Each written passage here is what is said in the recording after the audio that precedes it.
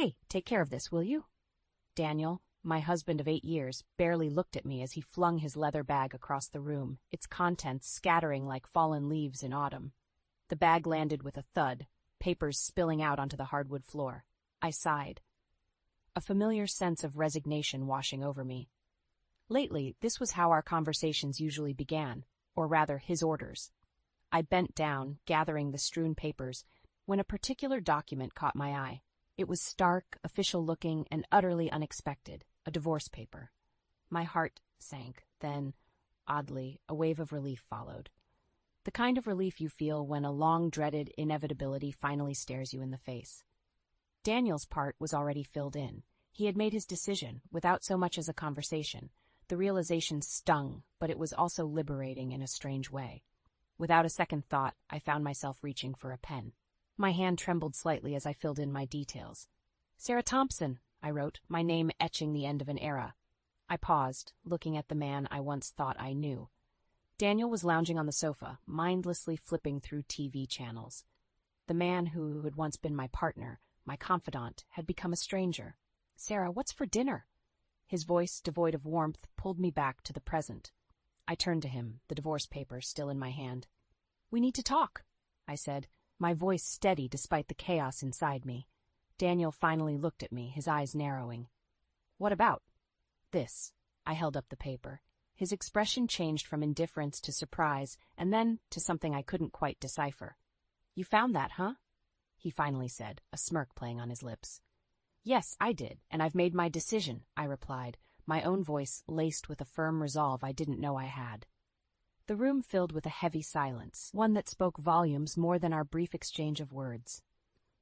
It was the silence of a chapter closing, of a new beginning taking shape amidst the ruins of the old.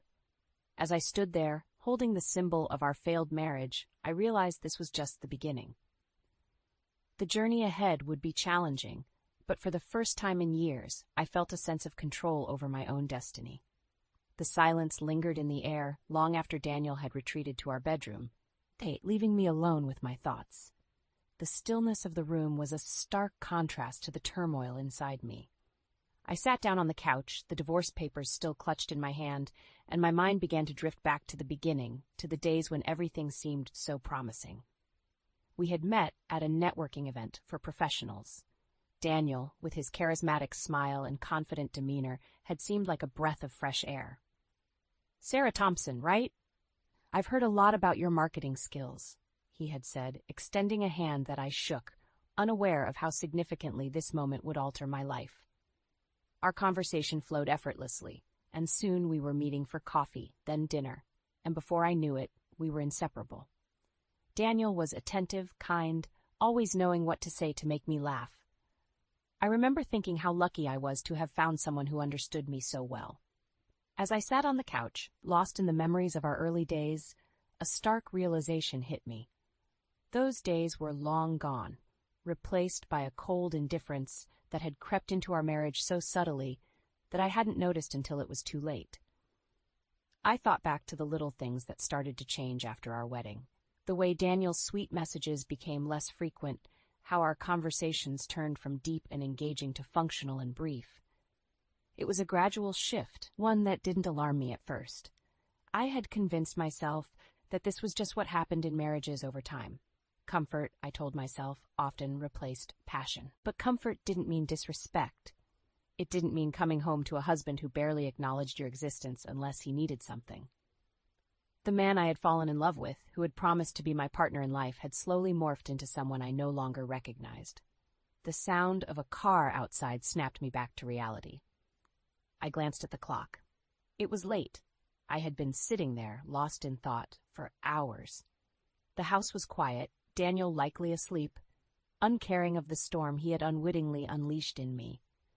I stood up, my resolve strengthening. The Sarah who walked into this room a few hours ago was not the same Sarah now. The discovery of the divorce papers had opened my eyes to a truth I had been avoiding. Our marriage was over, and it was time for me to reclaim my life. I placed the divorce papers on the table, a symbolic gesture of my readiness to face whatever came next. Tomorrow, I would start the process of untangling my life from Daniel's.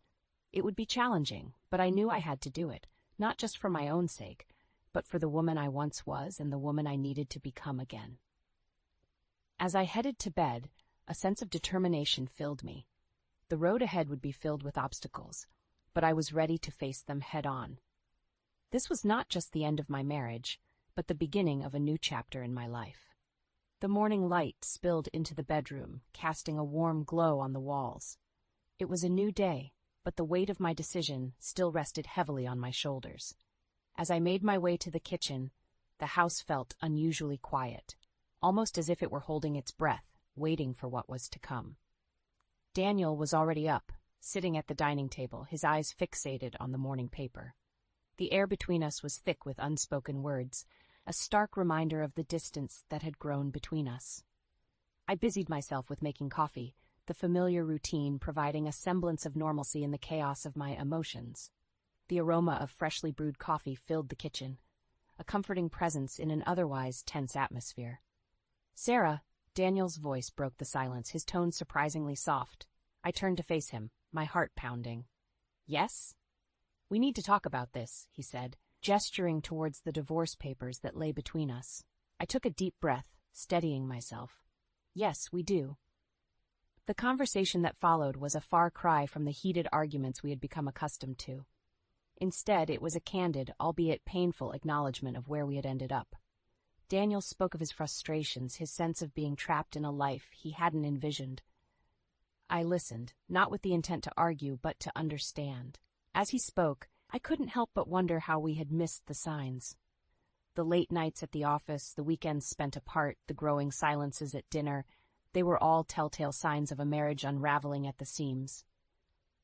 "I just feel like we're living separate lives under the same roof," Daniel finally admitted, his voice barely above a whisper. "I feel the same," I replied, the truth of my words hitting me with full force. We were two strangers sharing a life that no longer existed. The conversation shifted to practicalities, the house, our finances, the inevitable legal proceedings. It was a surreal experience, discussing the end of our marriage with a calmness that but belied the turmoil within. As the morning turned into afternoon, we reached a mutual understanding. The divorce was inevitable, but we would handle it amicably, respecting the love that once was. After Daniel left the house, presumably to meet with a lawyer, I found myself alone with my thoughts. The finality of our conversation had left me drained, yet there was an underlying sense of relief. The veil of pretense had been lifted, and in its place was a clarity that had been missing for years. I wandered into the living room, my eyes falling on the paintings that adorned the walls. They were remnants of a passion I had long forgotten, my love for digital art. In the early years of our marriage, I would spend hours creating vibrant landscapes and abstract designs, losing myself in the colors and shapes. But as my marriage began to crumble, so did my desire to create.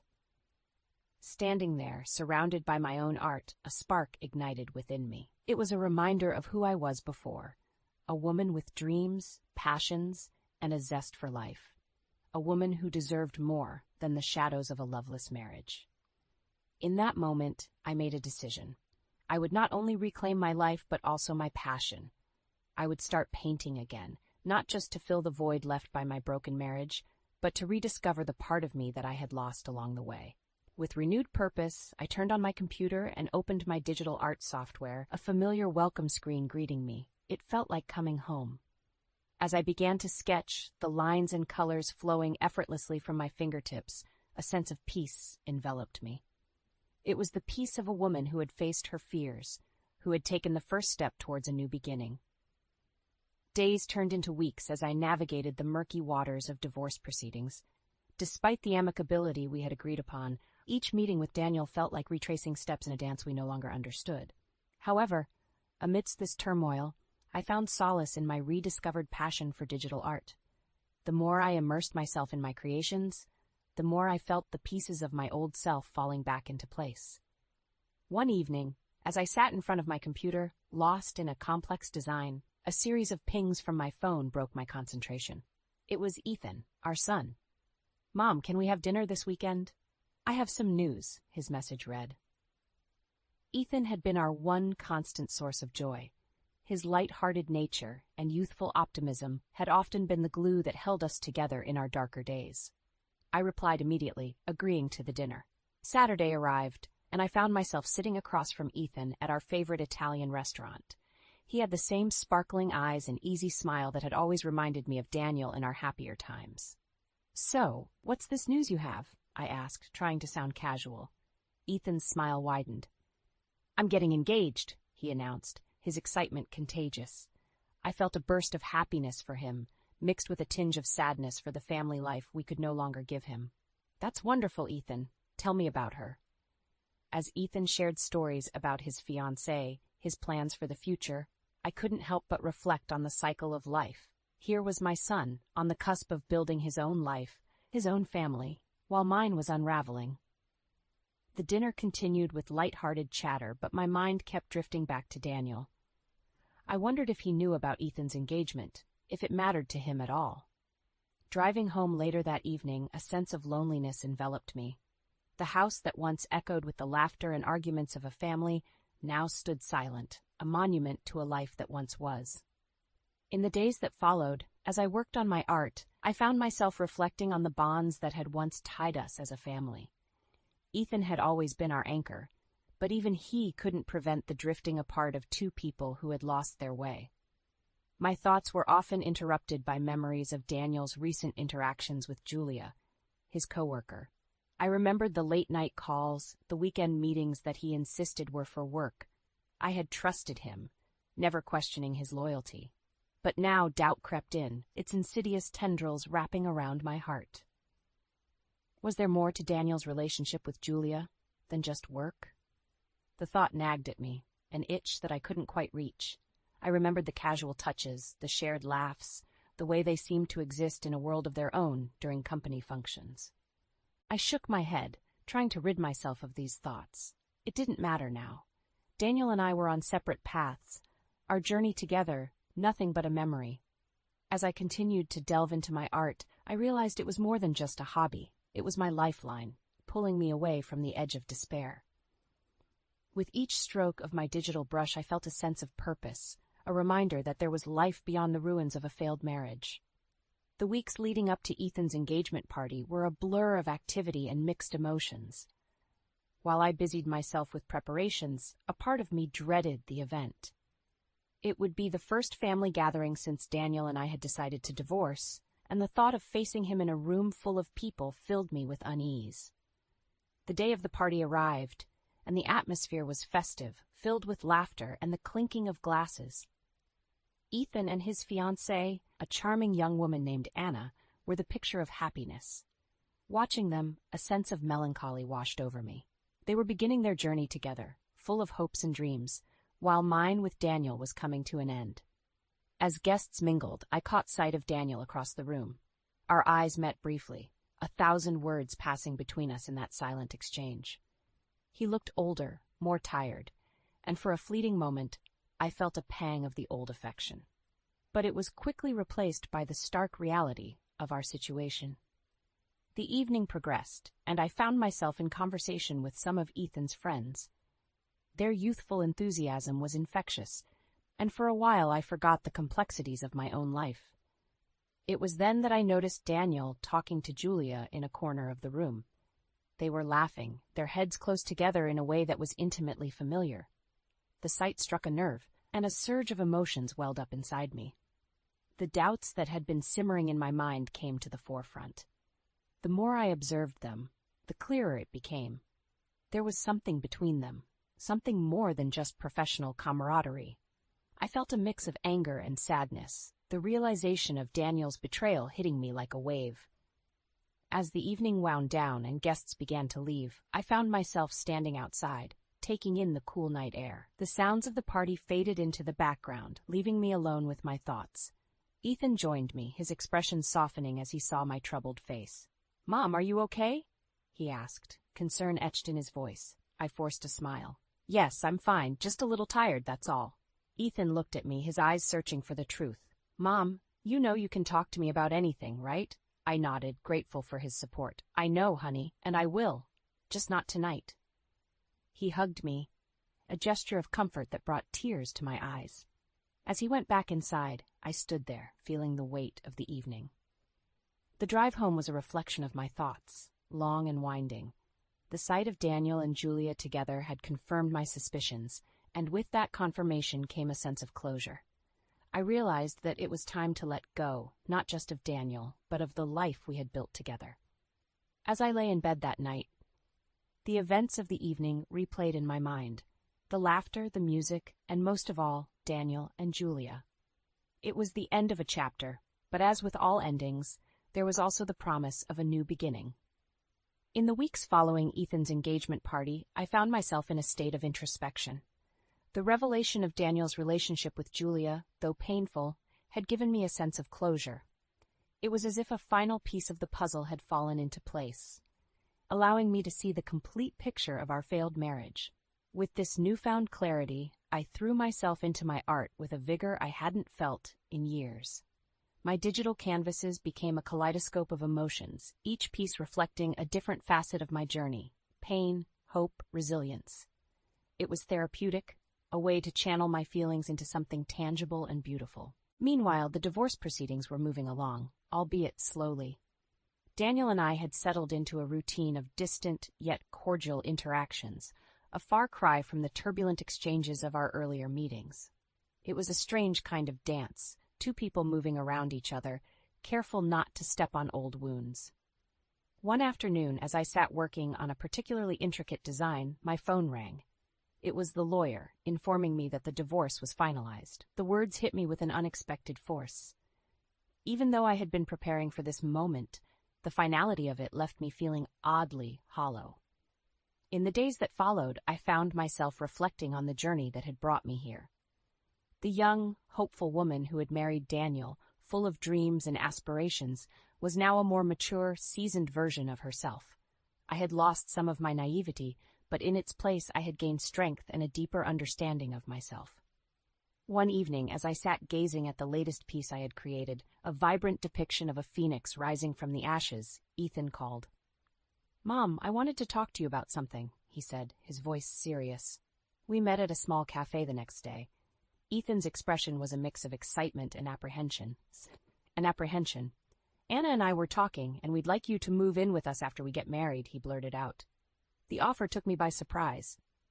"Ethan, I can't intrude on your new life like that," I protested, touched by his concern but wary of imposing. "It's not an intrusion, Mom. We want you there. Anna loves the idea, and I don't want you to be alone." His words warmed my heart. Here was my son, embarking on a new chapter in his life, yet still looking out for me. It was a testament to the bond we shared, one that had only grown stronger through the trials of the past year. After much discussion, I agreed. It was a new beginning, not just for Ethan and Anna, but for me as well.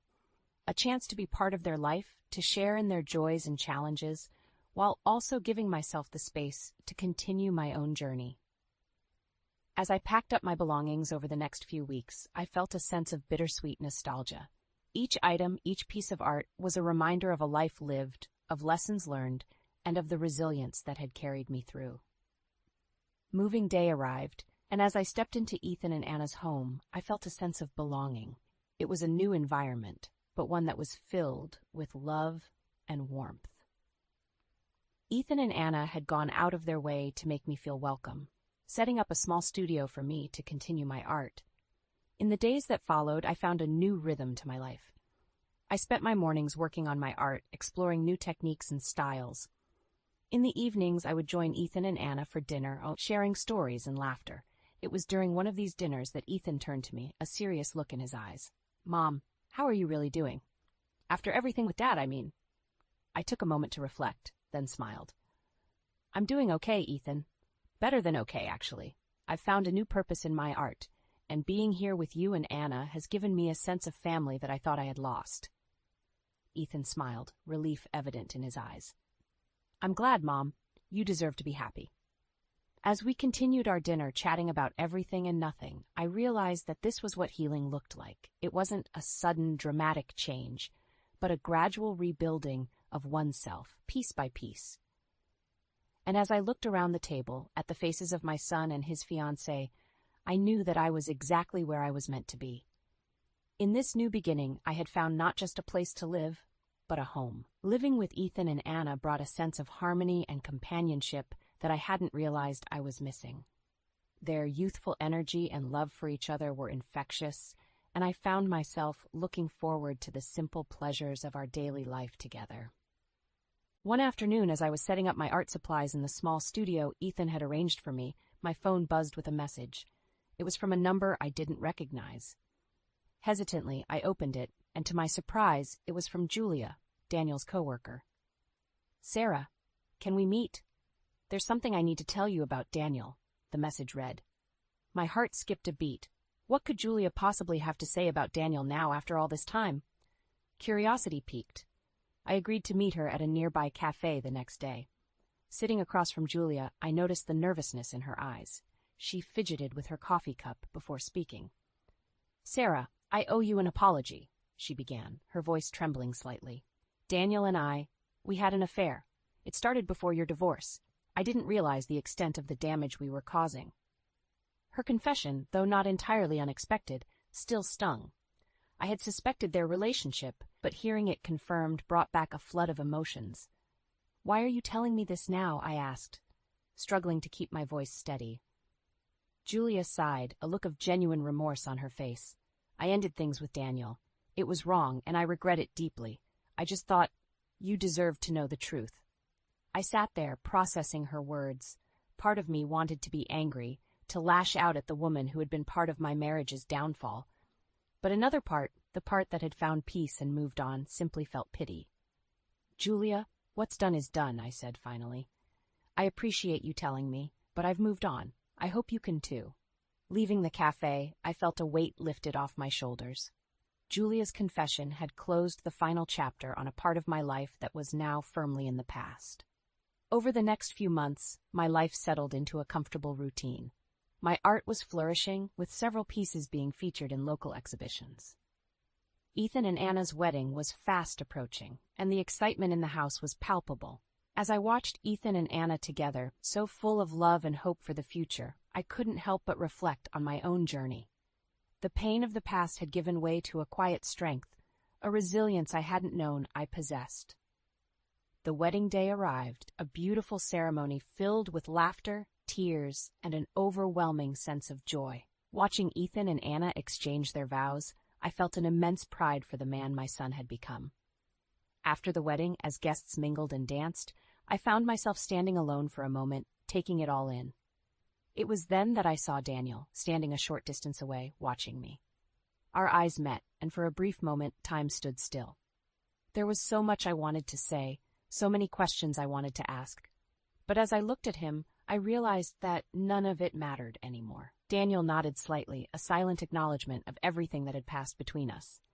Then, turning away, he disappeared into the crowd.